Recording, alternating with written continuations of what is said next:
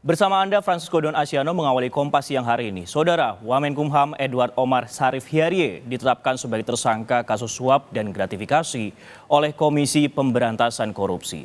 Menko Polhukam Mahfud MD menyebut penetapan Edi sebagai tersangka jadi bukti KPK tak pandang bulu dalam menangani kasus korupsi.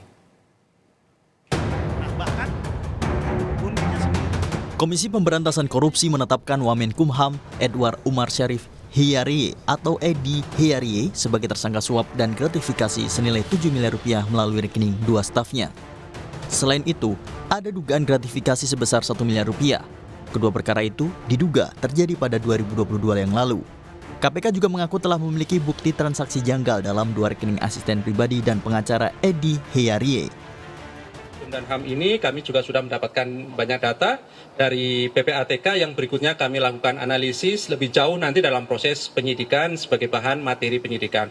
Apa yang kemudian temuan dalam transaksi itu tentu tidak bisa kami sampaikan dalam forum seperti ini karena pada saatnya sekali lagi kami buka seluas-luasnya dan silakan teman-teman ikuti pada proses di peradilan tindak pidana korupsi gitu ya di Tipikor.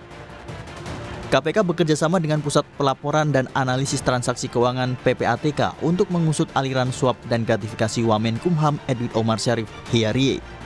KPK menelusuri dugaan uang yang mengalir ke rekening ke orang dekat Wamenkumham. Kami sudah lakukan koordinasi dengan PPATK. Kami sudah lama ada sinergi dengan pihak PPATK untuk menelusuri aliran uang dan juga transaksi yang mencurigakan, termasuk untuk perkara dugaan gratifikasi di Kementerian Hukum dan HAM ini, kami juga sudah mendapatkan banyak data dari PPATK. Menko Polhukam Mahfud MD yakin KPK telah memiliki alat bukti yang cukup sehingga berani menetapkan Wamenkumham sebagai tersangka. Mahfud bilang, penetapan Wamenkumham sebagai tersangka menjadi bukti Komisi Anti Rasuah ini tak pandang bulu dalam menangani kasus korupsi. Masih banyak kritik terhadap KPK, tapi dia udah membuktikan lah, tidak pilih menteri, wamen, kepala daerah, apa semua. Itu memang harus begitu. Harus ditindak secara tegas dan transparan. Ketika KPK menetapkan seorang tersangka, pasti sudah ada 2 alat bukti yang cukup bahwa peristiwa korupsi atau pencucian uang itu terjadi. Tinggal nanti menguji alat bukti itu di pengadilan. Makanya saya berpesan nih yang baru yang datang, jangan jadi koruptor. Kementerian Hukum dan HAM menyebut mengedepankan asas praduga tak bersalah dalam kasus suap dan gratifikasi yang menjerat Wamenkumham Edi Hiarie. Wamenkumham sendiri disebut belum menerima surat penetapan tersangka oleh KPK. Kita menerapkan prinsip atau asas praduga tidak bersalah sehingga sampai ada keputusan pengadilan yang tetap. Kemudian yang kedua, perlu kami sampaikan juga bahwa Prof. Edi atau Pak Wamen sampai sekarang secara resmi belum mengetahui atau tidak mengetahui status beliau sebagai tersangka. Beliau mengetahui status tersebut dari media. Kemudian yang ketiga, terkait dengan bantuan hukum, itu nanti akan kita koordinasikan dan bicarakan lebih mendalam kembali.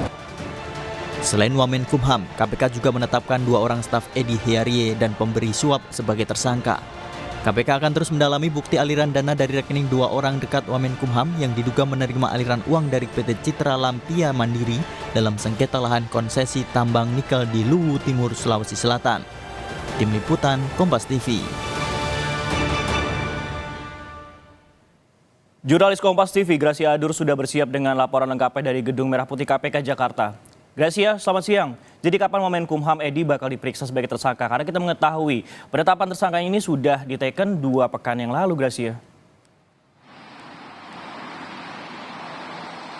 Baik Sisko dan juga saudara, harusnya Edi Hiarie sebagai Wamenkumham yang sudah ditetapkan sebagai tersangka ini dilakukan pemeriksaan oleh tim penyidik KPK. Tetapi sampai saat ini kami masih menunggu konfirmasi dari tim penyidik KPK kapan akan dilakukan pemeriksaan terhadap Edi Hiarie.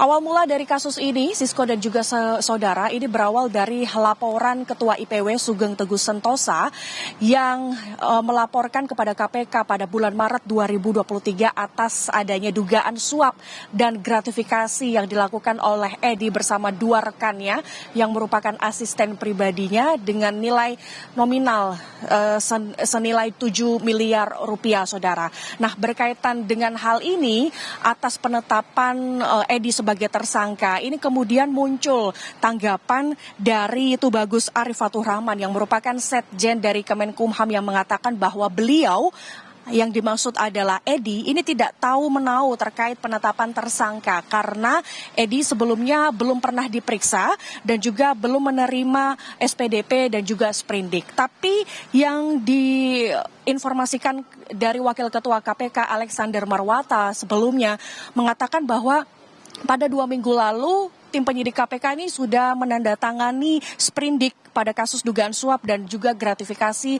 pada 2 minggu lalu. Sehingga ini menetapkan 4 tersangka.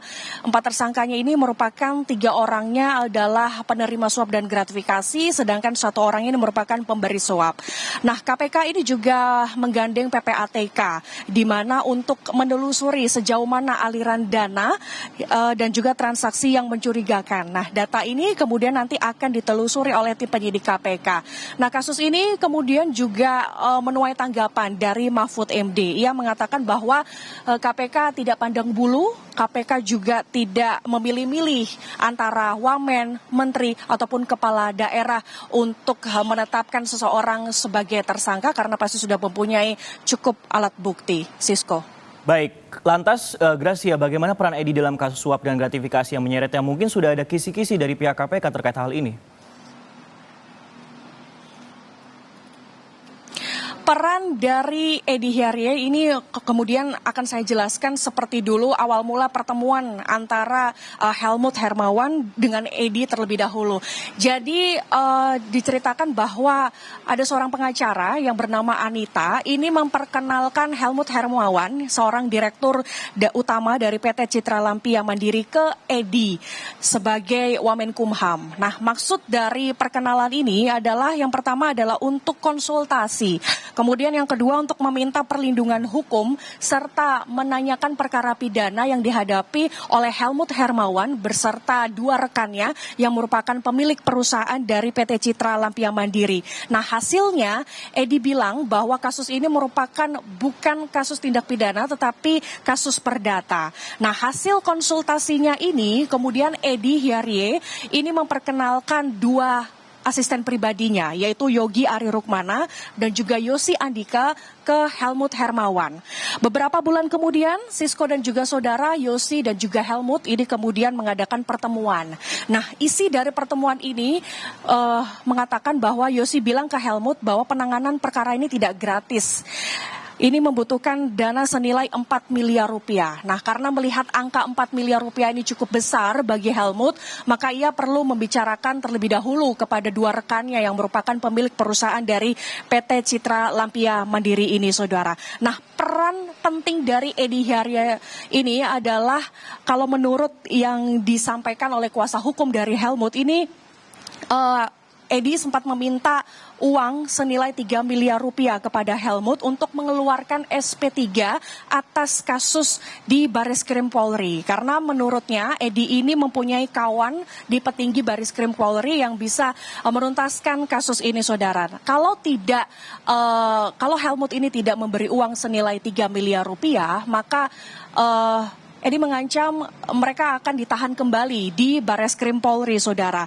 Nah, selain itu, Edi juga meminta saham 12,5% tentang soal tambang di PT Citra Lampia Mandiri untuk dirinya, saudara. Nah, berkaitan soal ini, tentunya kuasa hukum dari Helmut Hermawan membantah jika kliennya ini melakukan suap dan gratifikasi. Justru menurutnya perkara ini adalah murni pemerasan karena murni pemerasan dan juga ancaman yang dilakukan oleh Wamenkumham Edi Hiarie kepada korbannya Helmut Hermawan. Nanti kita akan tunggu bersama Sisko dan juga saudara seperti apa perkembangan selanjutnya.